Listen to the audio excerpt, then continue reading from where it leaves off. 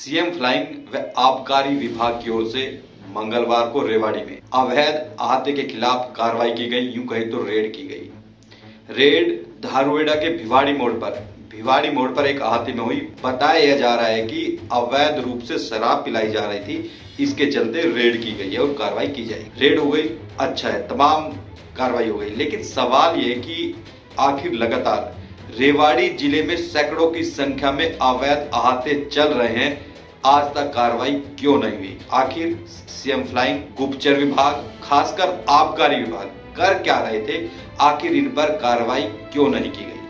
अब आपको समझाते हैं आखिर कार्रवाई के पीछे नहीं होने के पीछे क्या कारण है और जनता को इससे क्या नुकसान होता है कार्रवाई नहीं होने से। अहाते, हरियाणा में अहाते का नाम मधुशाला दिया गया है। मधुशाला इंग्लिश में टैवर्न। आबकारी विभाग की ओर से आबकारी पॉलिसी में अहाते को मधुशाला कहा गया है और इसके लिए कुछ कायदे कानून भी बनाए गए हैं। वहीं जो मधुशाला खोलने के लिए, अहाता खोलने के लिए सरकार को भारी राजस्व भी मिल सकता है यदि अहातों को परमिशन दी जाए। लेकिन बिना परमिशन, बिना अनुमति के जब अहाते चल सकते हैं तो लोगों को परमिशन लेने की जरूरत क्या पड़ी?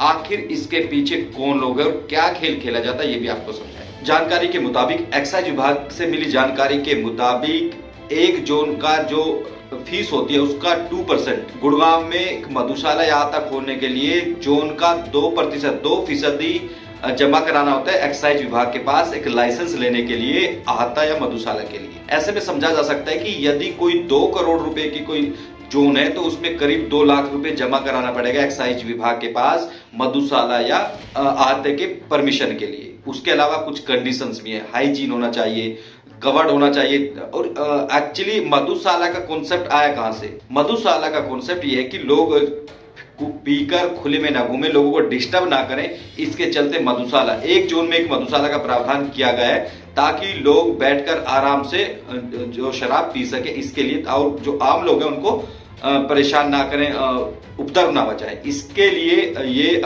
मधुशाला का कंसेप्ट लाया गया। रेवाड़ी की बात कर लेते हैं। रेवाड़ी में जानकारी के मुताबिक बताया जा रहा है केवल 5 मधुशाला कहीं तो अहाते परमिटेड है, जबकि चल रहे हैं सैकड़ों की संख्या में। रेवाड़ी रोड, रेवाड़ी, बावल, धारुड़ा, कोसली, तमाम ऐसे स्थान है जहां पर अवैध रूप से अहाते चलते हुए देखे जा सकते हैं। बावल रोड भारी संख्या में, धारुड़ा रोड, तमाम ऐसे स्थान है जहां पर ये देखे जा सकते हैं। अब बड़ा सवाल ये है कि आखिर लोग लाइसेंस लेते क्यों नहीं है?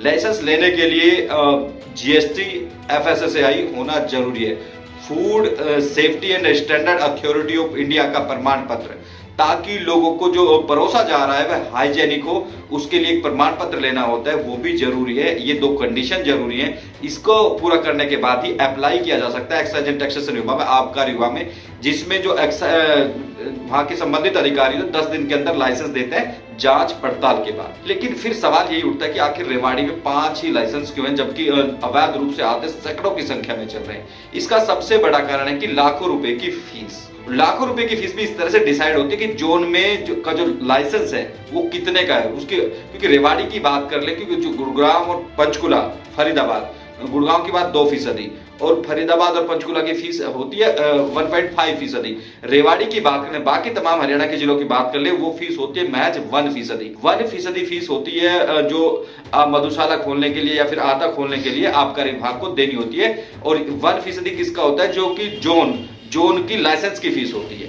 ऐसे में समझा जा सकता है कि जो करोड़ों रुपए की बोलियां लगाकर जो शराब के जो ठेके या फिर जोन खरीदे जाते हैं, उसमें कहीं ना कहीं भारी जो राजस्व सरकार को मिल सकता था मधुशाला और अहाते के तहत। लेकिन कुछ अधिकारियों की अनदेखी कहें या फिर कुछ और कहें, ये तो समझने वाली बात होगी, जांच का विषय है कि आखिर क्यों रेवाड़ी में कार्रवाई नहीं की जाती अवैध अहातों के खिलाफ?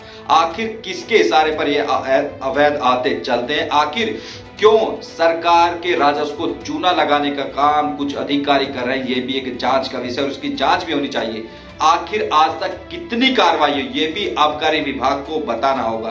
पुलिस की बात कर लें, फिर सीएम फ्लाइंग की बात कर लें, फिर गुप्तचर विभाग, हालांकि मेन मुख्य जिम्मेदारी आबकारी विभाग की थी क्योंकि परमिशन वहीं से मिलती है। ऐसे में निगरानी का काम भी आबकारी विभाग का है, लेकिन ऐसा होता हुआ नहीं दिखा। अब आने वाले समय में देखना होगा कि आबकारी विभाग इसमें कोई कदम खा पाता है नहीं, क्योंकि साख का सवाल है। ऐसे में साख का सवाल है तो उसमें साख बचाने के लिए कहीं ना कहीं कार्रवाई भी जरूरी है, ताकि एक मैसेज दिया जा सके। और सरकार, हम बार बार कह रहे हैं कि शराब पीना तो अच्छी बात है ही नहीं, लेकिन शराब की ओर से जब इसकी परमिशन दी जाती है तो राजस्व मिल सकता है, लेकिन ऐसा नहीं हो पाया। ऐसे में अब देखना होगा कि आबकारी विभाग और उच्च अधिकारी ऐसे में अब क्या करते हैं, आने वाले समय में देखना होगा।